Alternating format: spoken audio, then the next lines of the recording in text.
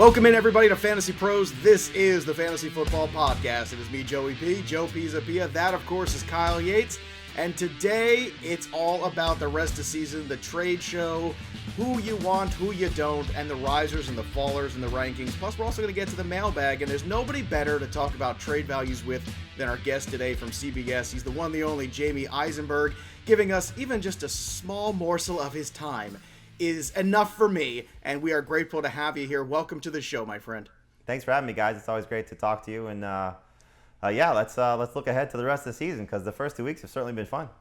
They certainly have. Last night, Monday Night Football, I would say, Yates, that a little dust still to shake off there from the Packers in the first half, but after that, Aaron Rodgers looked like Aaron Rodgers, and it seems like all is right in the world in terms of what the Packers are supposed to be doing. So a big sigh of relief, I would think, from the Monday Night Football. All the people who have, let's say, Aaron Jones and Adams and Rodgers. I was just about to say, huge sigh of relief for the Aaron Jones fantasy managers out there. Yes, all is right in the world here on this fine Tuesday morning. Yeah, and as far as the Lions side, it's weird because I almost feel like, Jamie, last night in that game, you get the Lions kind of coming out like gangbusters, which I don't think anybody quite expected. And then they kind of fell apart in the second half, which is more what we're used to, which is the inverse of what you saw in week one from them with the San Francisco 49ers. But it seems like this team is at least playing for Dan Campbell and Jared Goff leading the team in rushing yards. I don't know if that is the recipe for wins. I'm not sure.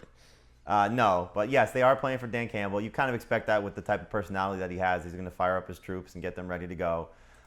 It's still early in the season, so we'll see what's happening, come week 10 and beyond.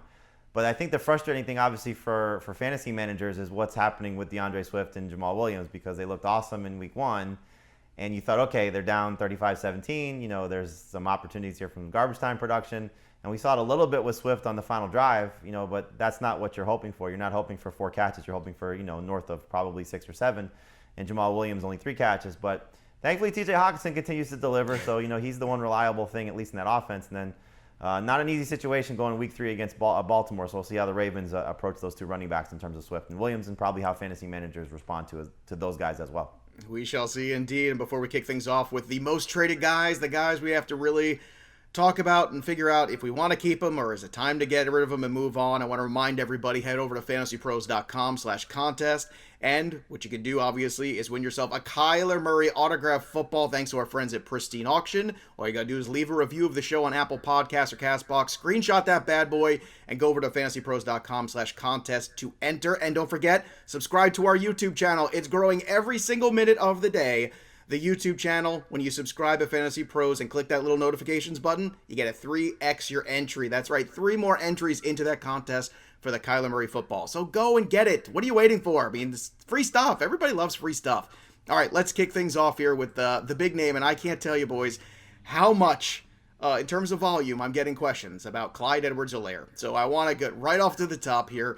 And Jamie, you're the guest, so I want to start with you. Clyde Edwards-Helaire, certainly, I think everybody had expectations that he was going to kind of crack the ceiling of what maybe he teased a little bit at times last year. Is he a guy right now that should be traded for or traded away, in your opinion? Well, you're not getting fair value if you're trading him away because clearly it's been a frustrating first 2 weeks, and the fumble didn't help against Baltimore, especially how the game unfolded. So if I can get him cheap, I'm going to certainly try to get him cheap, but I'm not going to give up a significant starter and certainly somebody that I drafted in the same range as CEH, to get him in return. But I'll tell you this, if I have an open roster spot, I'm probably picking up Darrell Williams, just in case of, there's some changing of the guard at some point. We know that Williams was their guy in the playoffs last year. So just from a different roster procedural move, I'd probably be doing that. But if I'm trying to trade or any trade conversation regarding Clyde Edwards-Helaire, it's buying low and certainly not selling high because there is no high for him right now based on the first 2 weeks. Yates, what are your thoughts on Helaire? Because I don't know about you. Are you seeing the same kind of traffic I am with these questions about, is this a good trade? Can I get rid of Helaire and get this and this? I know it's only 2 weeks into the season. Do you think it's too early to jump ship, or is this the right time before it possibly gets worse? I think it is too early to jump ship. However, I do think that it is time to adjust our expectations for CEH. Now, going into the year, people were putting him in rankings in that high-end RB2, maybe even into the low-end RB1 conversation around guys like Joe Mixon and Antonio Gibson, Najee Harris. He was in that conversation. And I think for right now, he has to move down rest of season rankings. We have to adjust our expectations for who he is and what he's going to be in this offense. If he's not going to be heavily involved as a receiver out of the backfield here in this offense, which he's not, I don't think he's ever going to be, which is a freaking shame because he is an incredible pass catching back. And if he's not going to be used around the goal line, we had that opportunity, and then fantasy managers were panicking as we saw Darrell Williams in there at the goal line, and he ends up getting the touchdown there. If he's not going to see those opportunities, he's never going to push his way up into RB1 territory. So he is now in my rest of season rankings as a low-end RB2, a mid-range to low-end RB2, someone that you can still comfortably rely on in your starting lineups. We're not going to see him put up just 2 fantasy points like he did this past week or whatever. We're not going to see that moving forward, but we do at least need to adjust our expectations that he is never going, in this offense, it appears that he's never going to crack that ceiling of the top 12. It's funny, I think we're all still chasing that Kareem Hunt year from a couple years ago when Mahomes burst onto the scene, but the difference is Mahomes' evolution now as a quarterback means he just doesn't care. He doesn't need to run the football. He doesn't really desire to turn around and hand it off. And in terms of checking down, he's just so talented. He could find guys open downfield with such ease that it's just not going to be a thing potentially, and it's a reality. Here's some names. Tony Pollard or Clyde Edwards-Helaire, Yates. Who would you rather have rest of season? Yates. Who was that? Sorry, Tony. It was Tony you Pollard. broke up a little bit there, so I wasn't. Yeah.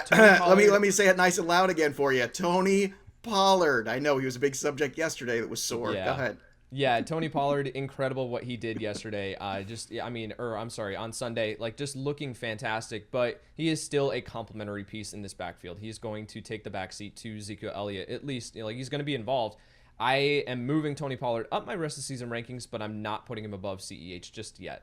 Jamey, do you want the secondary back in a high-powered offense there that seems to be getting the touches, or Clyde Edwards-Helaire? Pollard or Helaire for you? It's funny because obviously logic will tell you take Edwards-Helaire, and that's who I'll take as well. But, it's 2 weeks in, and Pollard, looks better than the guy in front of him, too. He looks better than Ezekiel Elliott. Right. So, why wouldn't you take him over Edwards-Helaire? But still, it's just, can you imagine the end of the season, Tony Pollard outscoring Clyde Edwards-Helaire, and just how foolish we'd all look as fantasy analysts saying, you should have drafted the Cowboys backup over the Chiefs starter.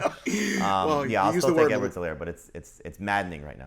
You use the word logic, which is very dangerous. We always try to bring logic and good sense and calm, right. But that does not always equate in terms of productivity and fantasy points. How about this one? Jonathan Taylor or Clyde Edwards-Helaire, Jamey? Who would you rather have rest of the season? Oh, Taylor. Yeah, I know he's gone off to a little bit of a slow start, and the quarterback situation is now going to be frustrating depending on how much time Carson Wentz misses, if he misses at all. But the 2 sprained ankles does not sound fun. I don't ever want to experience that.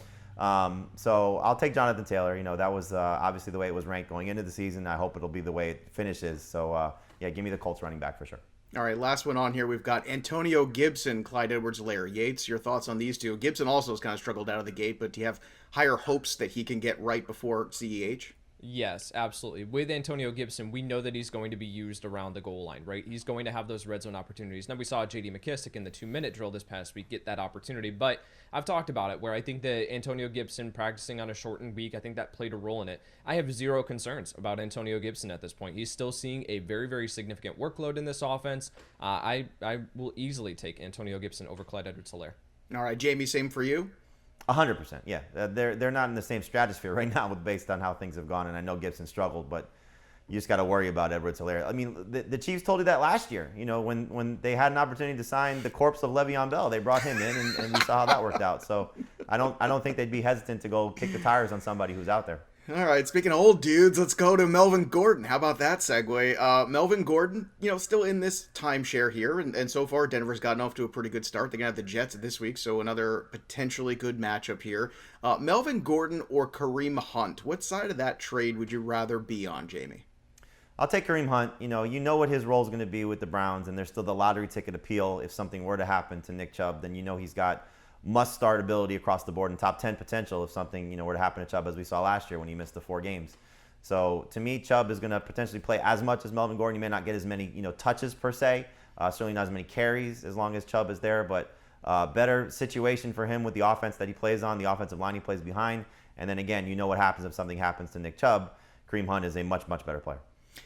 Yates, is that the same sort of feel for you as well when you're looking at Melvin Gordon? Because there's a chance that as the season goes on, the role possibly diminishes or injury creeps back in again, as we've seen many, many times here with Melvin Gordon over the years. As the season goes on, so go his injury woes. So is Kareem Hunt a perfect kind of guy where, yeah, maybe a team looks at him as a secondary back with not as much touchdown equity, but as Jamey's pointing out, he certainly gives you a whole lot of touching of the football still in terms of receptions. So in PPR, this might be closer than you think.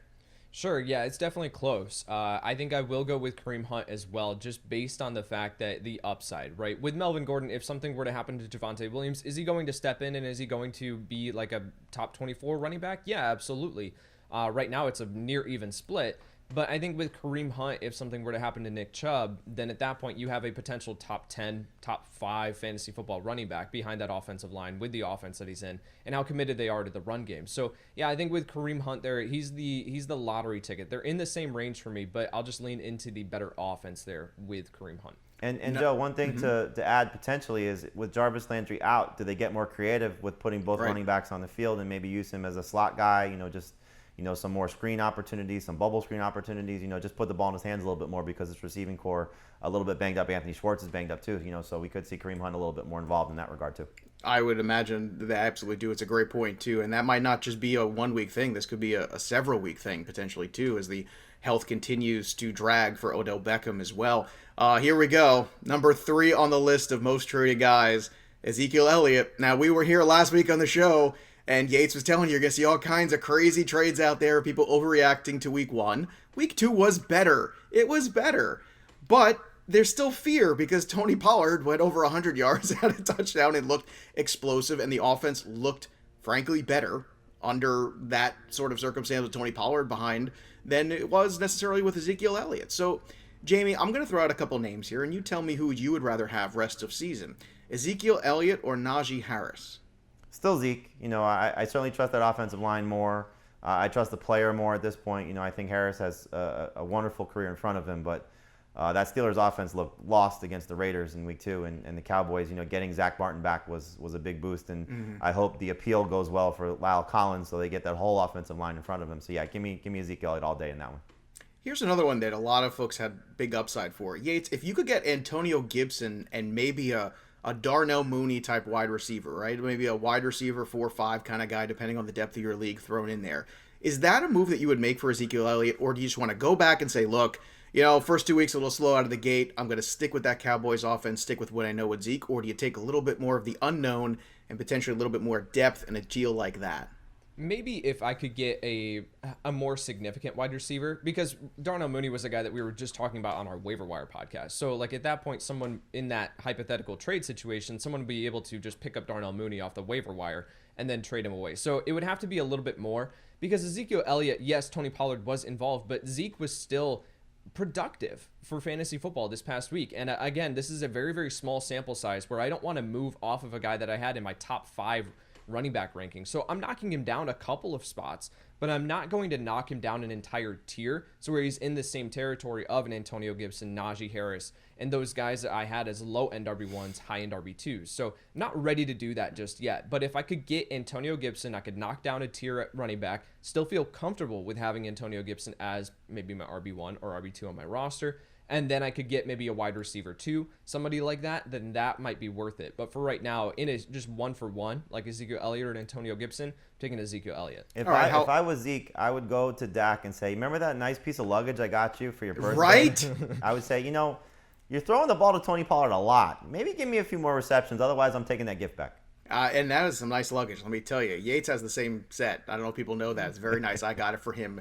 And you're a nice friend. I know. You would think, right? Not even a thank you card, Jamey. Nothing. But Dave, how about this one? Would you trade, let's say, David Montgomery and Mike Williams, Ezekiel Elliott? What about that value? You said you need to up the game a little bit, boys. So let's up the ante a little bit with somebody who has had at least one pretty good game here. Jamey, would David Montgomery and Mike Williams be a good return for Ezekiel Elliott, or would you prefer to have Elliott still rest of season? I still prefer to have Elliott, but that's definitely closer than the trade you posed to Yates. I think you got to look at it. How bad is your need at receiver? Because you're taking a downgrade at running back, and I think Mike Williams is sustainable, but we know what his track record has been. So I'd have to probably think about that pretty hard. If I was dealing with just a terrible receiving core. I got off to a slow start. Guys like Allen Robinson or, the players who are struggling or not getting the job done, and I need to really have some significant juice at the receiver position that I could take the downgrade at running back. But I still would probably pass on that one. I just don't think it's enough. I'm not panicked on Zeke, probably to the level that some fantasy managers are, and it doesn't sound like you guys are either. He played so much in week 1 without Zach Martin against the Bucs. Like, to me, that was a throwaway game to begin with. Right. And then you look at this game week 2, he was fine. Like, if you tell me 17 PPR points is what I'm getting as the floor, which I think is probably going to be the case more times than not when he's healthy, I'll sign up for that all day long. So I'll probably still need a little bit more for Zeke moving forward.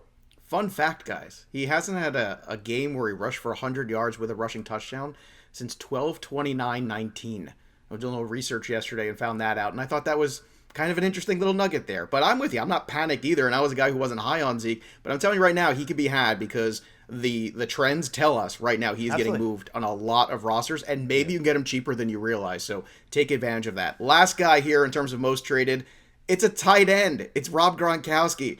There's people who are overreacting, trying to trade for him because tight end is a wasteland, and maybe he's a second tight end on some teams because they just threw a dart on Gronk for old time's sake. And then there's a lot of other people who are terrified because these first 2 weeks have been so darn good for Rob Gronkowski. Yates, would you rather have Rob Gronkowski or Kyle Pitts rest of season? I think I might rather have Rob Gronkowski. So if I've got Gronk, I think I'm just holding on to him. Like, I think that at this point, because you mentioned how just desolate the tight end landscape is, like, if I've got someone who's contributing, then I'm just going to hold on to him. I'm not going to trade him away for that difference in pre-draft rankings where I think the consensus on Rob Gronkowski was outside the top 12 tight ends. Kyle Pitts being drafted sometimes as the top 5 tight end off the board. So yes, in a vacuum, that makes sense to make that jump. But when you take into the greater context of the tight end landscape and you just say, like, I don't know what I'm going to get in return if I do get Kyle Pitts back, I'm just take the guy who's continuing to contribute. So I'll go with Rob Gronkowski there. What are your thoughts, Jamey, on Gronk? I mean, right now you've got, let's say, a guy like George Kittle who hasn't gotten off to the start maybe many had hoped for, and that 49er offense is a puzzle, to be kind. Do you think that you could possibly pull off a trade for George Kittle for Rob Gronkowski? And is that a trade you want to make? You keep talking about logic, right?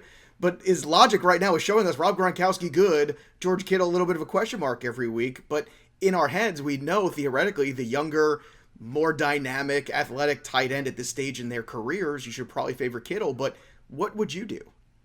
Well, Red Zone Robbie G, as he calls himself, apparently on the Manning cast from Monday Night Football. That Manning cast is incredible. It's so I will great. never go back to the normal. I hope podcast. they never go away from it because it is Right. fantastic. No disrespect for the main crew, but this is just such a different viewing experience, and those guys are fun. The only 2 tight ends I would consider trading Gronkowski for would be George Kittle and Mark Andrews, just because I still think there's a huge ceiling ahead for both of those guys. And we're probably going to see at some point, clearly there'll be some regression coming for Gronkowski, but you also have to fear, for a guy at his age, is there going to be an injury? Because we know that's something that he's dealt with in the past. And when his playing time has been up, sometimes, you just have to worry about that for a guy in his early 30s. But he's been a monster. He's been an absolute star. He looks in great shape. I forget where I heard this somewhere. Some NFL analyst was talking, so I apologize for not giving you the name, but that he didn't expect to be this involved last season. He thought he's coming out of retirement, wasn't in football shape, and thought he's going to be a part-time player. And you saw as the year went on, certainly in the Super Bowl, that maybe he got back to getting his feet underneath him and being the guy that we know he's capable of being, and had the full offseason to train and get used to the rigors of the NFL once again. And now you're seeing he just looks better. So I think looking at it, like you said, Kyle Pitts. No, I wouldn't take Kyle Pitts for Gronk at this point. I would only consider the potential of what George Kittle still can be and what Mark Andrews can still be. But I'd probably have to say throw in something on top of it because Gronk has just been that good. That's part of it. That's part of it is that you could probably get George Kittle plus something for Rob Gronkowski right now. Wow. Unbelievable. Look at where we are now. The world we live in. The world we live in is insane. All right, it is week 3 after all. Let's touch base on some of the favorite buy lows and sell highs at different positions here. Jamey, I know your time is limited with us today, so if you could, give me your number 1 buy low running back and wide receiver that you're looking for this week. If you're going to try to make a move on somebody, who would that person be? Yeah, I mean, the running back for me would be Jonathan Taylor. I know people are concerned. It's been a rough, couple of weeks, and now Carson Wentz is down. But this was a tough schedule going into the season, and I think if I can get him before this week against the Titans, I certainly will be trying to do so because I'm sure there are plenty of Jonathan Taylor fantasy managers going, oh, no, it's Jacob Eason. There's no T.Y. Hilton. This receiving core is bad. This offensive line isn't the same. They're starting to get a little healthier. Fisher playing last week. Hopefully he's going to come through, fine and be ready to go. But there's still so much to like about Taylor. So if I get him cheap, and he's probably going to be as cheap as he'll ever be, that's certainly a guy I'm trying to get. And what about a wide receiver you think you could buy low? I know a lot of people keep messaging me about Robert Woods. I'm sure you've seen that as well. Allen Robinson's a very popular name. Any of those guys or somebody else? Those would be the top two. Robinson for me, because I still think that Justin Fields is going to make him better. Mm-hmm. We haven't seen the best of him yet, clearly, this season. And, he's played with obviously miserable quarterbacks throughout the course of his career. So it might be some growing pains with Justin Fields. And, we'll see how long he has the job. The Bears stupidly saying they're going to go back to Andy Dalton once he's healthy, which I don't quite get unless Fields just falls on his face. But as long as Fields can play like we saw in the preseason, like we saw certainly in his college career, I think better days, great days are ahead for Allen Robinson. Yates, I keep saying, it's just one more week you got to get through. They got to play Cleveland this week, and then after that you get Detroit, and that's where they're going to make the switch to Fields. It's pretty apparent from where I'm saying they're just trying to get one more game out of the way, try to get through the Cleveland game. But is this your window right now, Yates, to buy on Allen Robinson? Yes, completely. People are going to look at the target totals, they're going to look at the yardage totals, and they're going to freak out. But I think Allen Robinson is still, he's wide receiver 13 in my rest of season rankings. So he's still someone that if you can flip one of these lower tier wide receivers, people are panicking on Allen Robinson. So if I can get him at a discount right now, then that's a move that you need to make. All right, let's continue on with some of these sell highs here. Jamey, let's get your folks in there. Who is your sell high running back and sell high wide receiver at this juncture in the season? For the running backs, it's so tricky because we're doing the same thing on our show on CBS Sports HQ, and Dave Richard is our trade guy. He does our trade chart on CBS Sports, and so the name that he gave me was Najee Harris, and I was thinking about it, I'm like, if I have Najee Harris, what am I selling him for? Right. It's like when you get one of these top tier running backs, because like we talk about Gibson struggling, Barkley struggling, Mixon's coming off a bad game, Taylor's not playing well. You're not selling those guys high at this point. Is Najee Harris bringing back something great in return that I'm going to say, okay, I got to give that player up to get, Najee Harris. I'm giving up Najee Harris to get that player. So I think it comes down to need, but I don't really look at one of the top tier guys and say this is a sell high candidate yet. Like you could say, okay, maybe you're concerned about Zeke and you want to sell him after this game. So if you're on that side of it, I can get it. But I couldn't come up with somebody that I'm thinking that's like one of the top 3-round type of running backs that I'm trading at this point because either their value is depressed or I want to just hold them. Like I'm not selling Austin Eckler at this point. I'm not selling Aaron Jones at this point. Those guys are superstars. So to be honest, I couldn't come up with one. So I don't know if you guys have any names that fall in that category that, aside from maybe Zeke, because you're concerned. But like I said, I'm on the other side of that. What do you think if somebody, let's say you were able to move Najee Harris and something else for Saquon Barkley, do you take that lottery ticket of Barkley? I guess it would depend on what the something else is, but sure.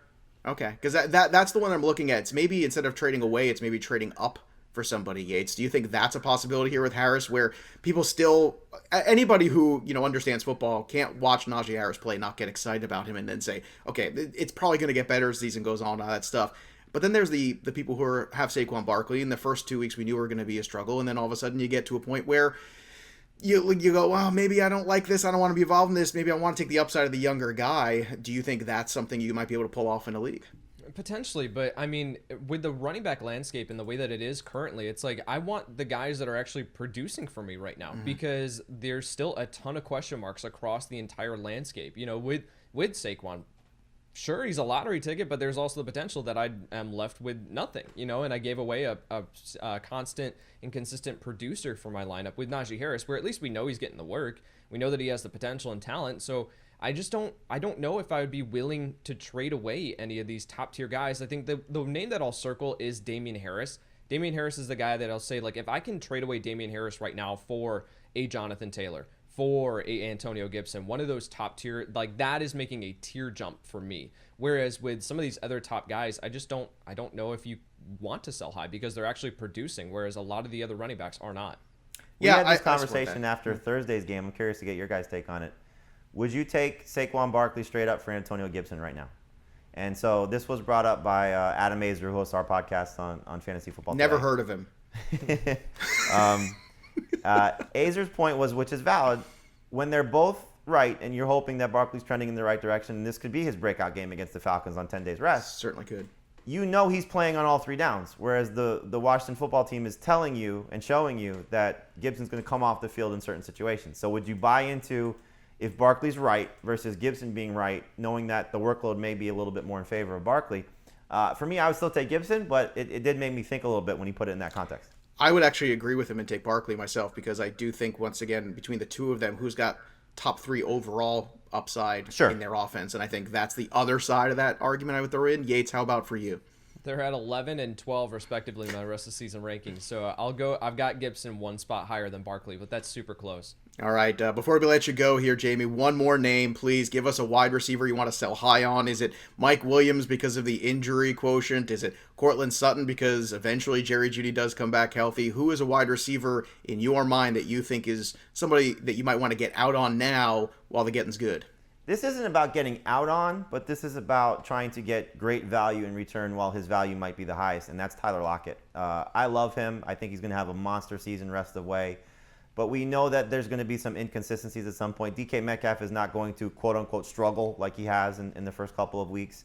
And you might be able to, especially if you throw in a lesser-tier running back, but you might be able to turn Tyler Lockett into a Saquon Barkley, into an Antonio Gibson, into a Jonathan Taylor. And we know it's easier to find wide receiver replacements than those type of running backs. So this is just selling high to buy low on one of the superstar running backs that we thought, or at least the top-tier running backs. I don't know if I should use the word superstar anymore, but one of those top-tier guys, because Lockett's been fantastic. There will be some lulls at some point coming along the way. And so if you can get great value in return, that's something you should always try to do in fantasy. Amazing stuff, as always, from Jamey Eisenberg. Be sure you follow him. I'm sure you do, but if you don't, please do at Jamey Eisenberg on the Twitter machine. Check him out on CBS Fantasy HQ and CBS Fantasy Football Today. All the shows he does over there, does fantastic work. Jamey, we appreciate your time. Thank you again for coming on the program. Yates and I are going to take it the rest of the way with some more buy low, sell high candidates that we want to talk about, and the risers and fallers of rankings. And don't forget also your listener mailbag, so don't go anywhere. We'll be right back with more right here on Fantasy Pros. Special shout out again and thank you to Jamey Eisenberg for gracing us with his time and his knowledge here on the Fantasy Pros podcast. And now we're going to transition to some other buy low, sell high targets here. And Yates, let's start with some of the buy lows. Who's your buy low running back of the week? Yeah, for me, it is Antonio Gibson. There are a lot of people, we just finished talking about it, where there's a lot of people that are panicking about Antonio Gibson. But with looking at his workload and what he has seen over the first 2 weeks, that's encouraging for me. Those are the things that we want to buy into from a fantasy football perspective.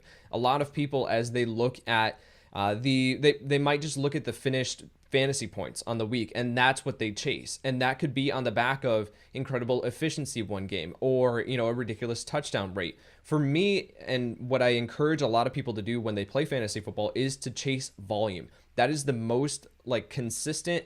The thing that translates to consistent fantasy football production is the volume in respective offenses, at least at the top, right? And of course, we don't have every running back getting 20 plus touches every single week. So you got to adjust expectations for your RB2 spot and stuff like that. You'll have to take shots on some guys. But at that top, and the top tier of RB1 and RB2, that is what we're talking about here with guys like Antonio Gibson, maybe even putting Jonathan Taylor into that conversation as well, where the workload for Antonio Gibson is still there. So that is what I want to buy into. And I am not panicking on Antonio Gibson. I know the touchdowns can be there. He had 11 rushing touchdowns last season. So I know that they'll be there.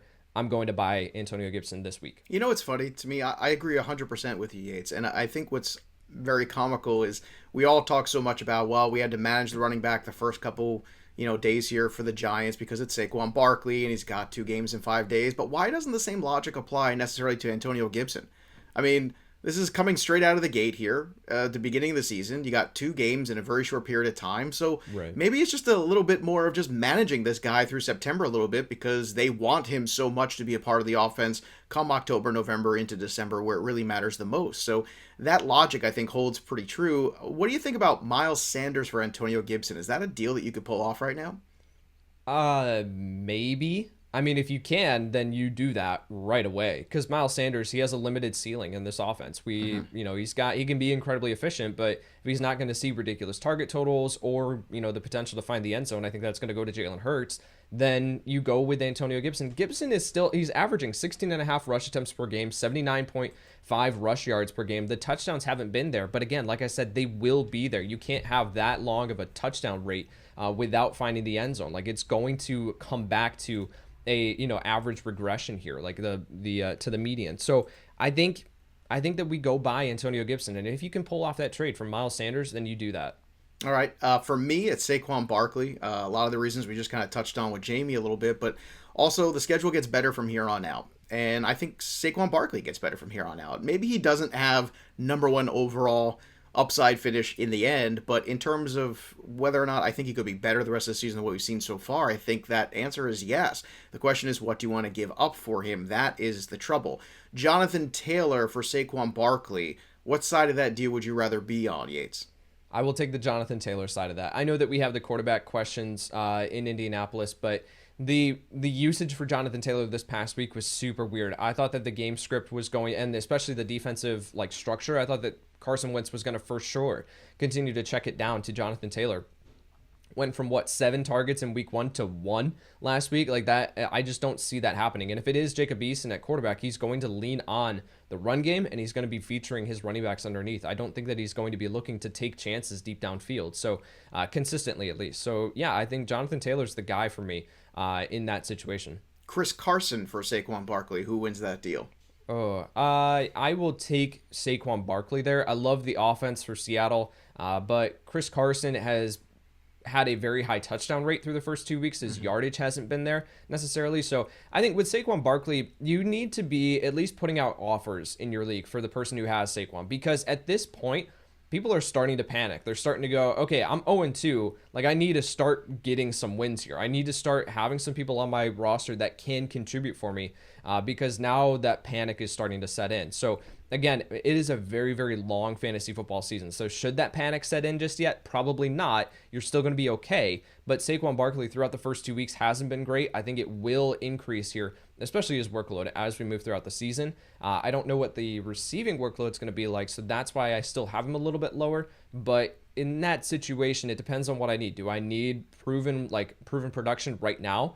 Then I'll go with Chris Carson. If I can live with Saquon Barkley as my RB2, I've got Derrick Henry as my RB1 or something like that, where I just know what I'm going to, or Christian McCaffrey. I know what I'm going to get every single week, then I will take that shot on Saquon Barkley because that has the potential to be a league winner. Last one from a selfish perspective, because I'm thinking about offering this trade in a league.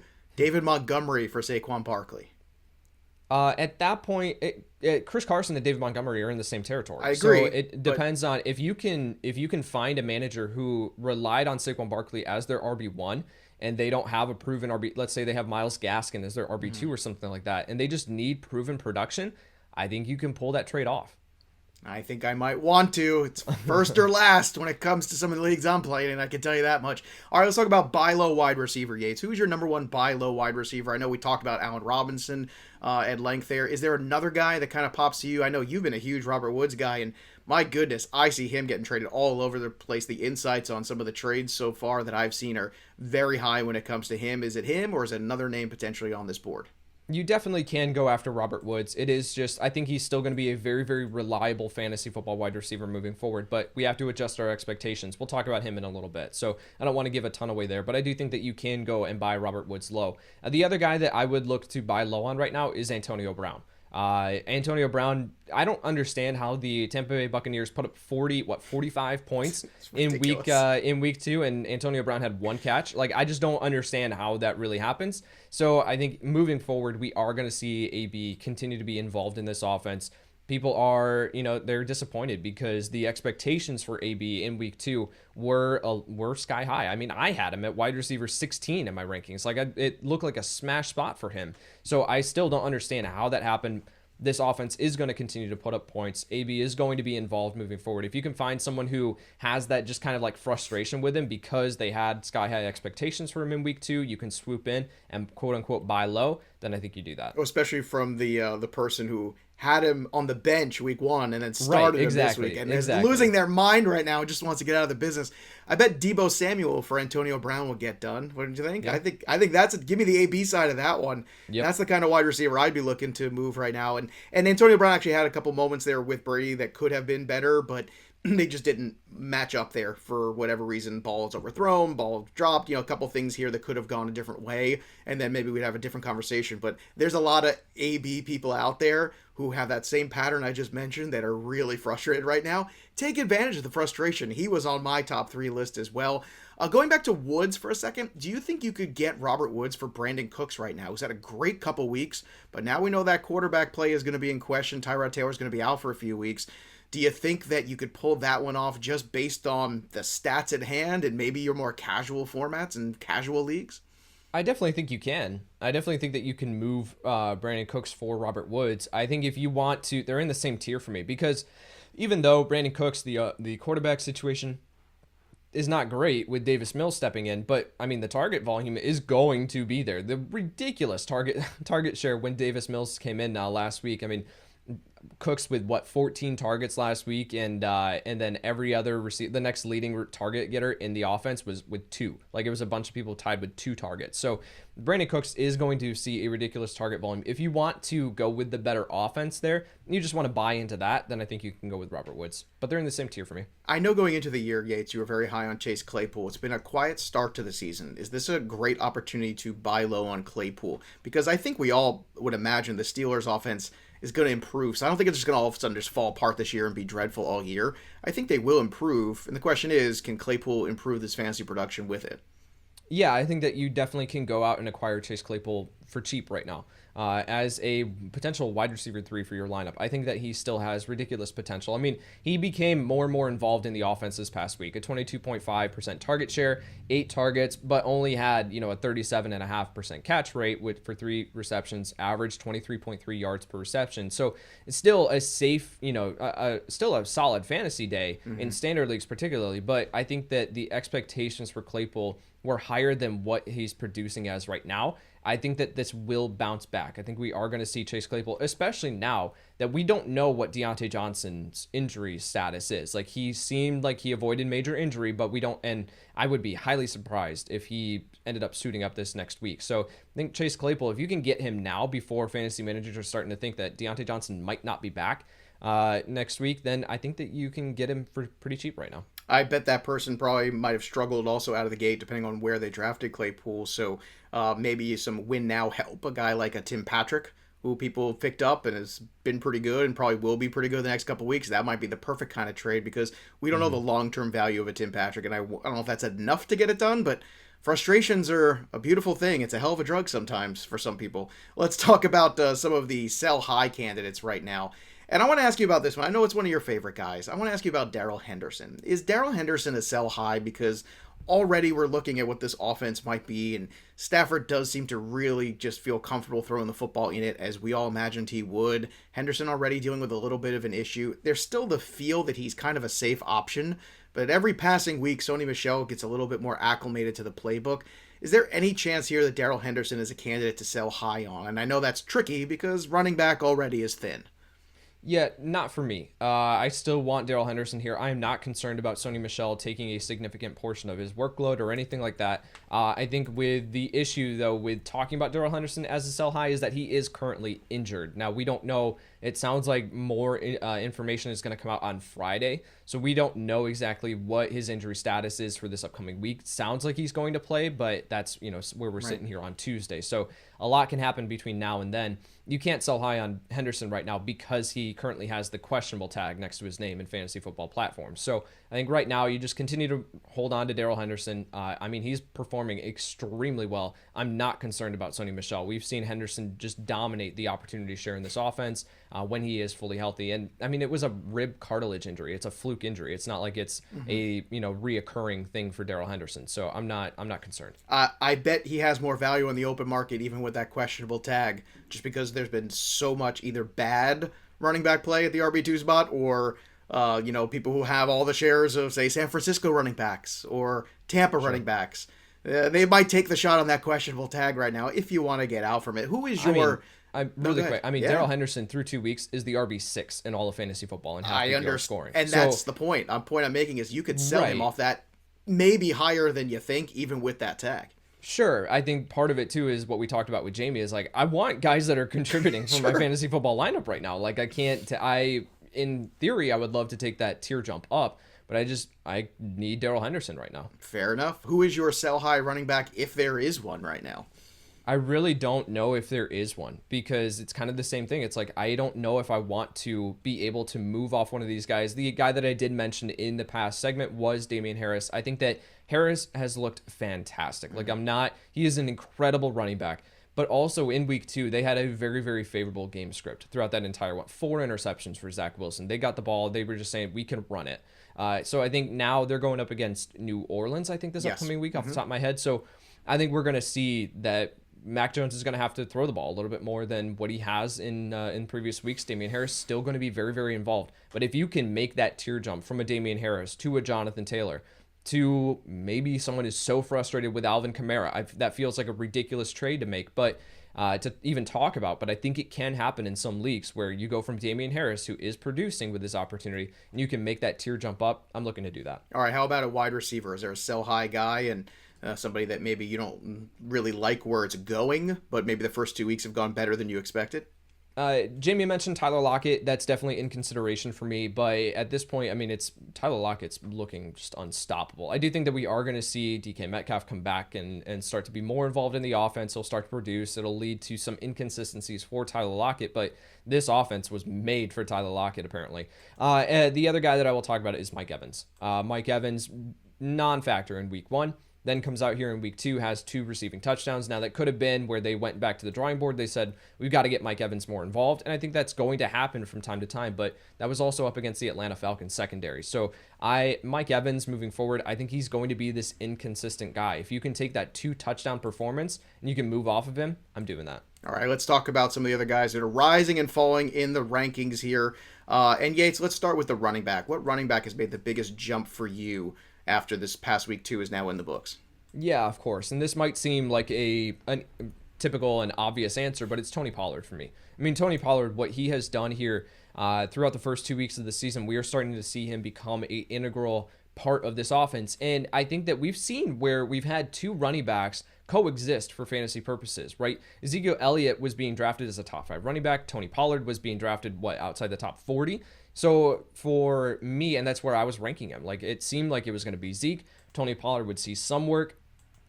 He might have flex value some weeks, but it wasn't going to be to the point where we were consistently being able to rely on Tony Pollard. Tony Pollard's all the way up to RB26 in my rest of season rankings. So this is a guy that I want over Javonte Williams currently, over James Robinson. Chase Edmonds is in that conversation, Melvin Gordon. So Tony Pollard in this offense with how high powered it is, 2 running backs can coexist. It'll knock Zeke's ceiling down just a little bit, and it brings Tony Pollard up. So Pollard all the way up to RB26 for me. Yeah, I mean, I've got him even higher, which is probably not shocking to you, but I'm making a case for him all the way up at 21. Because, well, here's the thing. It's in the split backfields of Denver. They don't have the same scoring upside on a weekly basis than, say, Dallas. So, therefore, I'd rather take the split guy in Dallas right now until it's proven otherwise. And I'm also looking at other guys like Gaskin, DeAndre Swift, Josh Jacobs, whose health has been an issue here.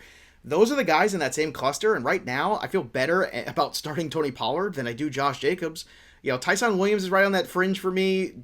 Both Detroit running backs, once again, it's like these guys in the timeshares, and he's one of these guys in the timeshare. But do I want the timeshare in the high-powered offense, or do I want the timeshare in the middling offense? And I think I'm going to go towards the other version, especially when you start to look at the Dallas schedule and some of the teams they've got coming up here. You're going to get that Giants game. You're going to get a couple other favorable matchups there. And Zeke is not going away. Zeke is not going to crumble into nothing. But at the same time, it's clear that Tony Pollard has a role, and they don't think that role is going away because he looks really good in it. For me, the biggest mover was Damien Harris, who I have all the way up at 17. That's probably too high and too rich for Yates' blood. But, man, that angry run on Sunday was just, that really pushed me to a different level, because to me, that's the kind of effort level that the Patriots coaching staff historically really rewards and they care about. And that's the kind of football that I think in the identity of this team that they want to be. They want to run the football, they want to play defense, they want to protect the young quarterback, which means that although Yates is absolutely 100% correct there were so many positive situations there where Zach Wilson just handed them the football basically. But still, Damien Harris continues to look good, look like the guy. Ramondre Stevenson inactive for that game too. I just feel like it's going in the right direction for Harris. He has been a fantastic draft value because you got him probably as an RB4, maybe an RB3 towards the end, but depending on when you draft oh my goodness, man. Let me tell you, he's been a really good value. All right, who's moving down the other way, Yates? Let's talk about guys who you're moving down the rankings at running back. Who's that big mover for you this week? Yeah, again, it's an obvious answer, but it's CEH. CEH, I did not have as high as consensus. I think off the top of my head, consensus was like RB14 by the time that our rankings closed. I had him at RB16 or RB17 because I was just saying, like, I don't know if Patrick Mahomes is going to check down to him. Like, I don't think that, and I mentioned, like, if he was playing with an Alex Smith type quarterback, an Andy Dalton, someone like that, then, I mean, CEH's fantasy production might just be top 5. Just because he's going to soak up targets. He's so good after the catch. He's a phenomenal pass catcher out of the backfield. It's just not going to happen in this offense. So CEH falling all the way to RB20 on the year. For context, I've got Damien Harris at RB18. So right now, I'd rather have Damien Harris on my fantasy football lineup than CEH. 18 and I have him at 17. We're closer than we thought. And we're wearing the same kind of shirt today, in case you didn't notice on the YouTube channel. Man, I actually didn't I didn't notice this the entire show, so just now everything's coming together, Yates. We're all sponsored by Under Armour today. That'd be a hell of a sponsor. Let's get some Under Armour swag. Let's go. Under Armour, if you're listening, we're already representing. It's not that hard. Okay, let's move on here. Mike Davis is my guy, all the way dropped to RB30 for me. I don't know if you've dropped him lower than that, Yates, but that Cordero Patterson game last week, just really struggling there right now. There's not too many guys ahead of him, but behind him, it's like basically the Tampa guys right now. And the reason why he hasn't dropped further for me, Yates, is just because I want to see this matchup this week against the Giants, because this could be the get-right game for the Falcons offense. And the Falcons offense started to make some strides against the Bucs and found some self-respect, as football teams will do. You can't just write everybody off after one bad week. It's just not the way the NFL works. But I'm not sure where you have Mike Davis right now, but this is the perfect buy low. I mean, some people want to drop him. You could probably get him for nothing. And if you just want some running back depth, and he does turn things around, it's not going to cost you much to find out, Yates. That's how I feel about Davis.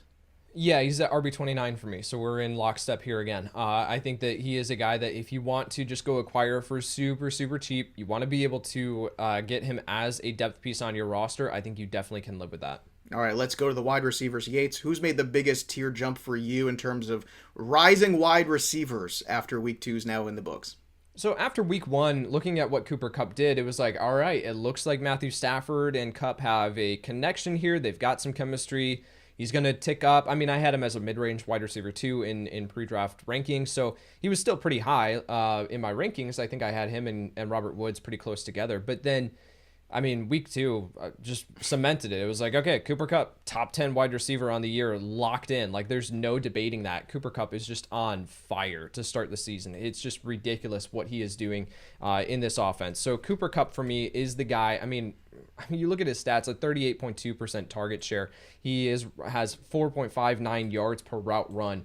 He is currently on pace. I tweeted this out earlier for 170 targets on the season, 136 receptions, 2,303 receiving yards, and 25.5 touchdowns. So obviously we know that is not going to happen. That pace we will see some regression here, but Cooper Kupp are all the way up to wide receiver 7 for me. I've got him at 9, and I was contemplating even higher.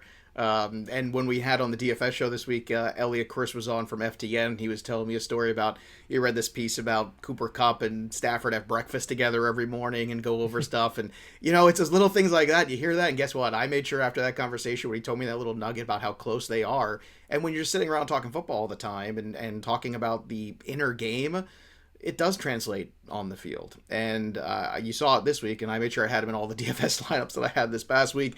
And I'm with Yates. He's definitely top 10 right now. Maybe he's got a top 5 upside this year. I don't know, but it's certainly going in the right direction. Sterling Shepard's the guy that I moved up a ton. I moved him up all the way to wide receiver 29 right now. And it's just about the volume at this point. And, Daniel Jones isn't great. I think we can all agree on that. But at the same time, Yates, are you going to give me such an incredible floor on a weekly basis? And it's starting to feel like that's exactly what Sterling Shepard's going to do as long as he's healthy and on the field. It might not be like the sexiest play ever, but Sterling Shepard in terms of like weekly point total that I can count on in my lineup seems very strong. I'm curious, where do you have him ranked now?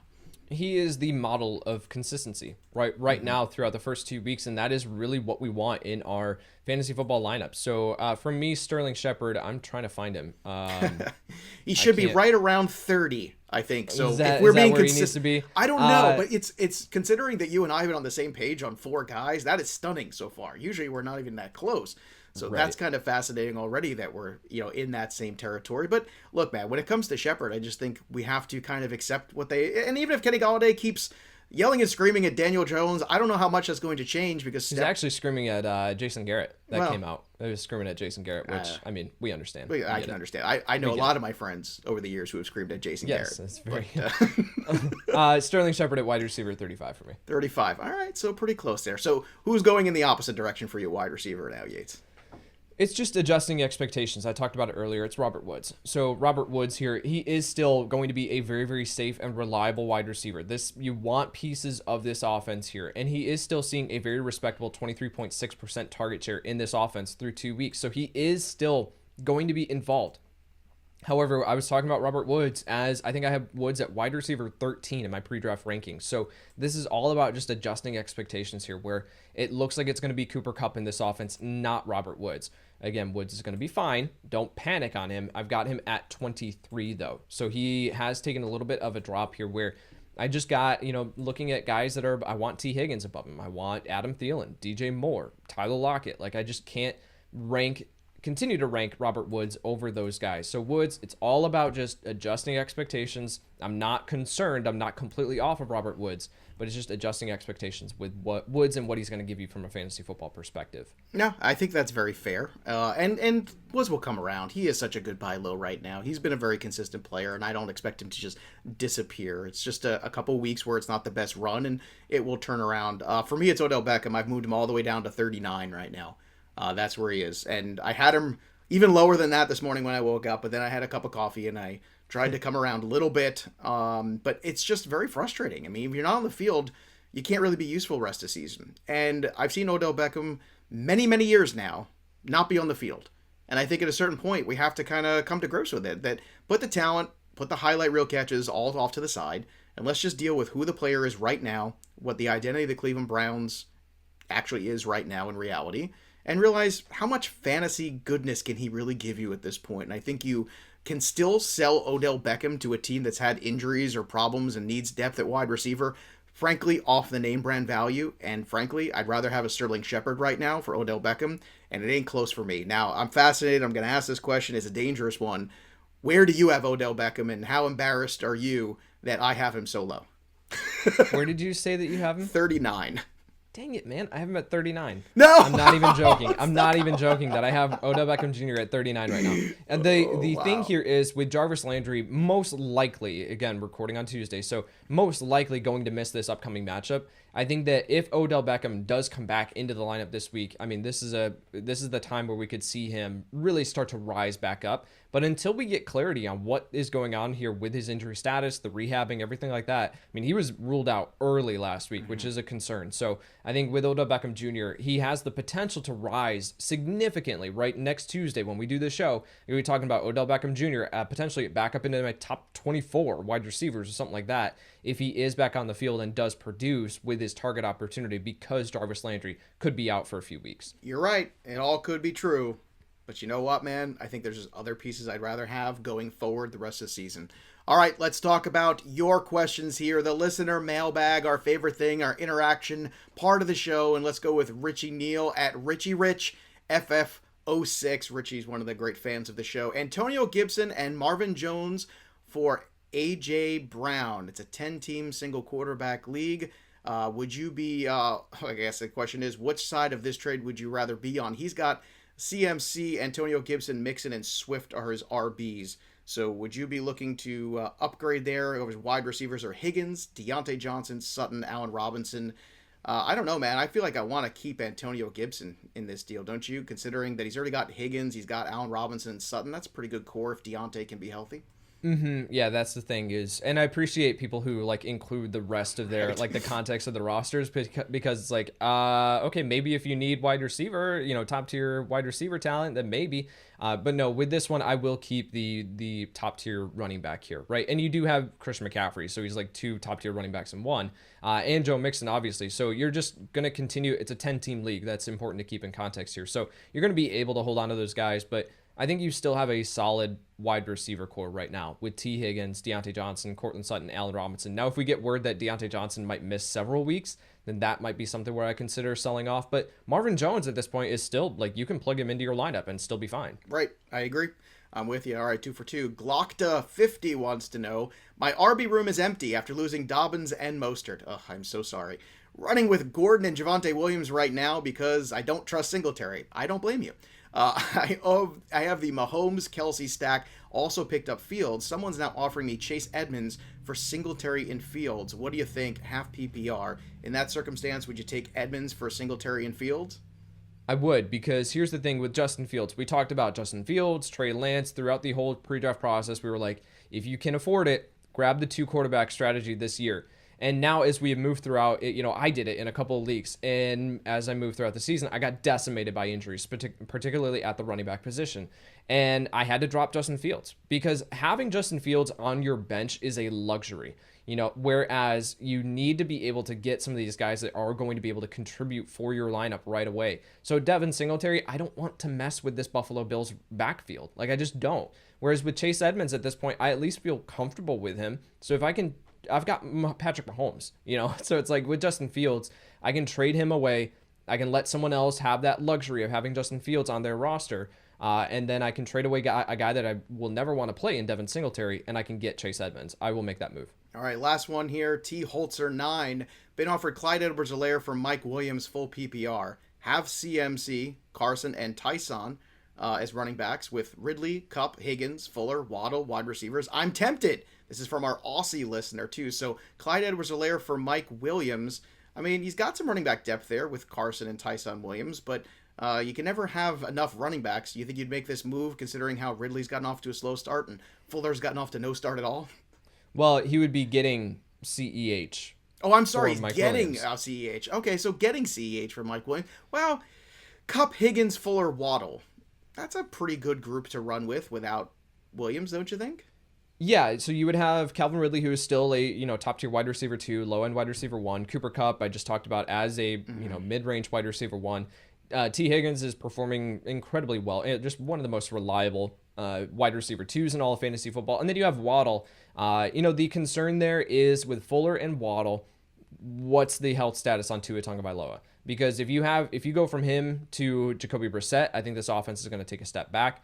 So I might be a little bit concerned there. But if you want that running back depth, then I think that you can absolutely trade away Mike Williams for CEH just to be able to have him on your roster to be able to plug in for those bye weeks, because we don't know what the usage every week is going to be for Tyson Williams. Carson has his own health concerns. He's been injured here or there. So if you want to make that move, I think you can.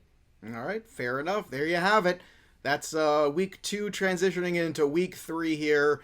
The risers, the fallers, the trade targets, the buy lows, the sell highs, and everything in between. I want to thank Jamey Eisenberg from CBS once again for joining us on the show today. And I want to remind everybody, head over to fantasypros.com/contest to get that Kyler Murray autograph football thanks to our friends at Pristine Auction. And while you're at it, don't forget to get that 3x entry into the contest by simply subscribing to our YouTube channel here at Fantasy Pros. Again, that's youtube.com/fantasypros when you do, and click that little notifications bell while you're at it and make our producer Chris very, very happy when you do. All right, that'll do it for us, but the story of the game goes on. For Kyle Yates, I'm Joey P. We'll see you next time, kids. Thanks for tuning in to the Fantasy Pros YouTube channel. Don't forget to check out our featured videos. And while you're at it, make sure to follow us on Instagram, Facebook, and Twitter at Fantasy Pros, so you can get the latest news and updates to give you the edge you need in your fantasy league.